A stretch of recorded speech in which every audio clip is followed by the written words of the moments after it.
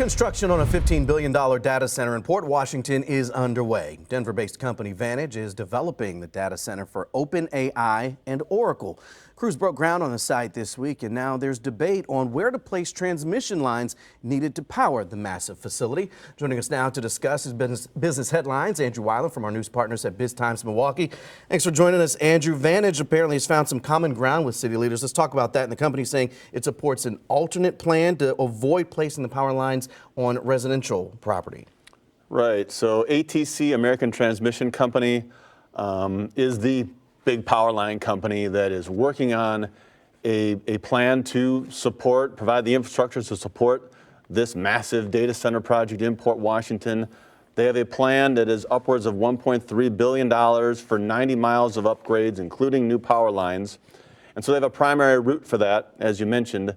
But there's also an alternative route. They're required by law to come up with an alternative route.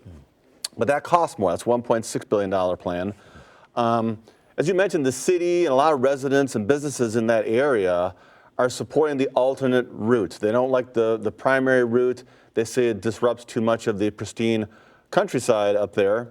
And this route runs through, Ozaukee County and counties north and west of Ozaukee County. And Vantage Data Centers has come out and says they also support the alternative route.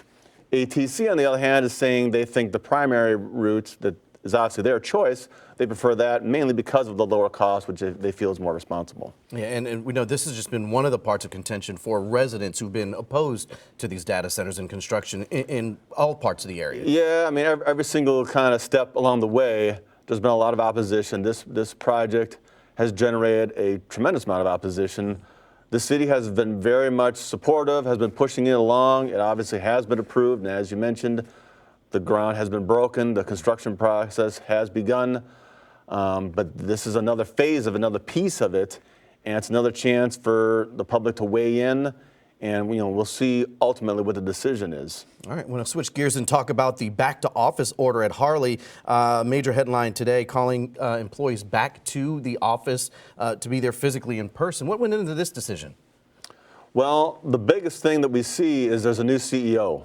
So there's a new sheriff in town at Harley-Davidson. The previous CEO, Jochen Zeitz, during COVID, Harley went really at its corporate headquarters entirely remote. Yeah. And Zeitz had a home in New Mexico, and he was working there really more than here. And he really established a culture that he didn't think it was important for their corporate headquarters employees to be at the corporate headquarters. And so it was essentially an abandoned, it's an iconic a complex on the west side of the city of Milwaukee. It was basically abandoned. And for years, the company talked about redeveloping it. They actually took a parking lot over there, a big parking lot, turned it into a park.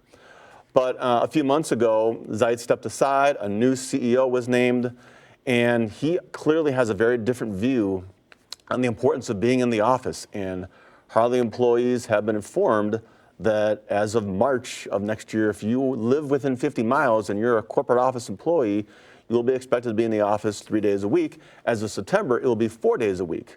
Now, we don't know, okay, well, what if you don't live within the area? Right. You're one of these remote folks. What does that mean for them? They haven't disclosed, at least to the public, about that. We don't really know how many employees are affected by this. So there's a lot to be seen, but this is a major impact on the west side of Milwaukee. That's a huge void that was left when you have a massive corporate headquarters that was just empty. So it's good for the city of Milwaukee to see activity coming back there.